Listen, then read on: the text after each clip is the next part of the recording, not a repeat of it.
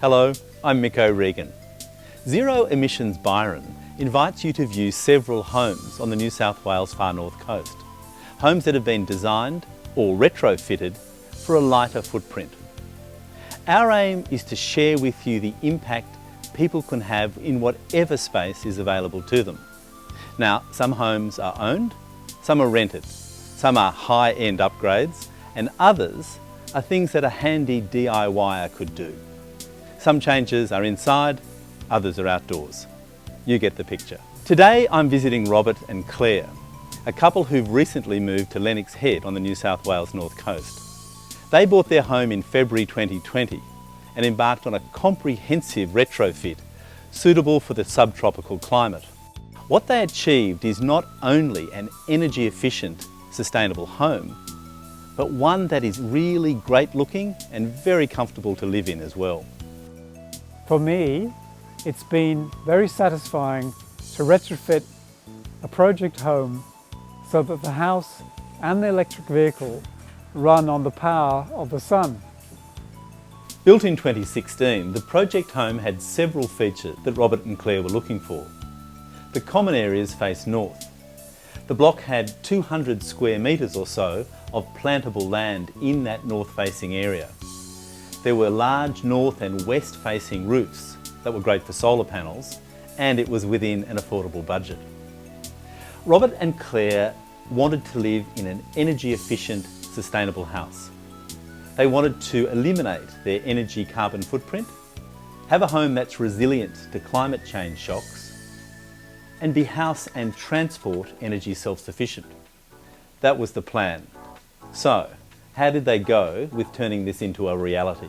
Well, first of all, and after a fair bit of hunting, they found a house that was fitted out to a basic standard, making the overall cost reasonable enough to retrofit without the risk of overcapitalising. How much did they spend? About $85,000 on the energy and sustainable design improvements. For anyone considering a renovation or a new building, there is the option of using an architect or a good building designer along with an independent builder. These people will help you through the process of designing a good house that suits you and your site. The starting point of the retrofit was to improve the passive design elements of the house. Through passive design, Robert and Claire reduced the energy usage and significantly improved their home's comfort. Insulation is the low-hanging fruit for energy efficiency and comfort. Replacing all the non-E-glass standard windows throughout the house was not an option, so instead thermally efficient roller blinds were installed. Lined curtains were made for the large sliding doors in the north-facing lounge, excellent for retaining heat in winter. Outside, they installed window awnings, which, when they're not needed, can simply be rolled up out of sight.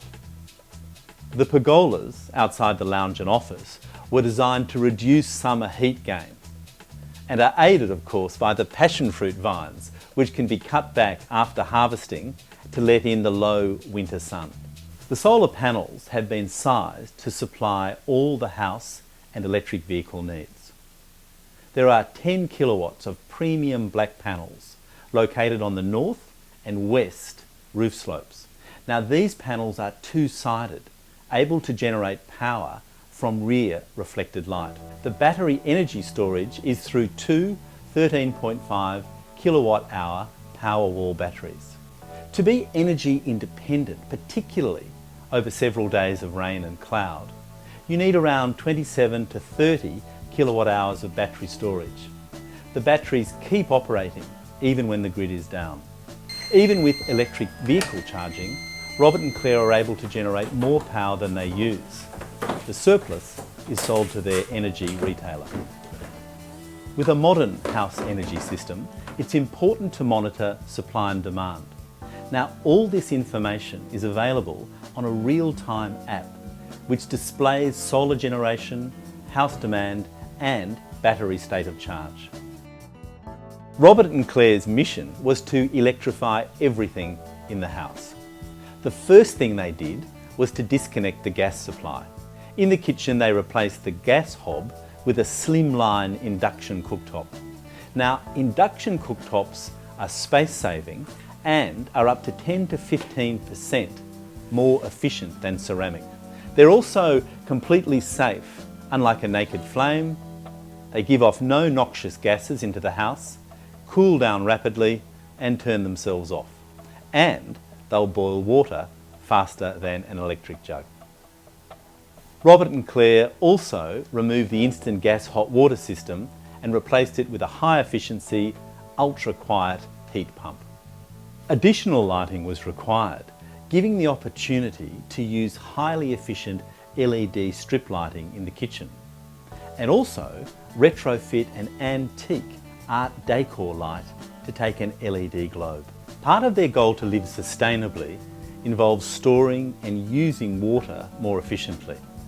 To that end, a twin jet shower head was installed, which uses a mere 5 litres of water per minute. Compare that to a standard shower head, which uses 22 litres of water per minute.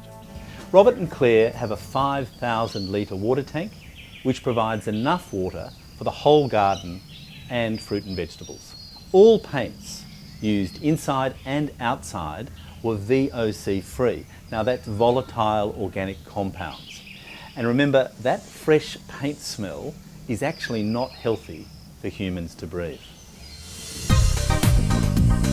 Here in the garage, the Kona EV is charged by the solar panels on the roof and the battery system. The car charger has a real-time display of energy flow.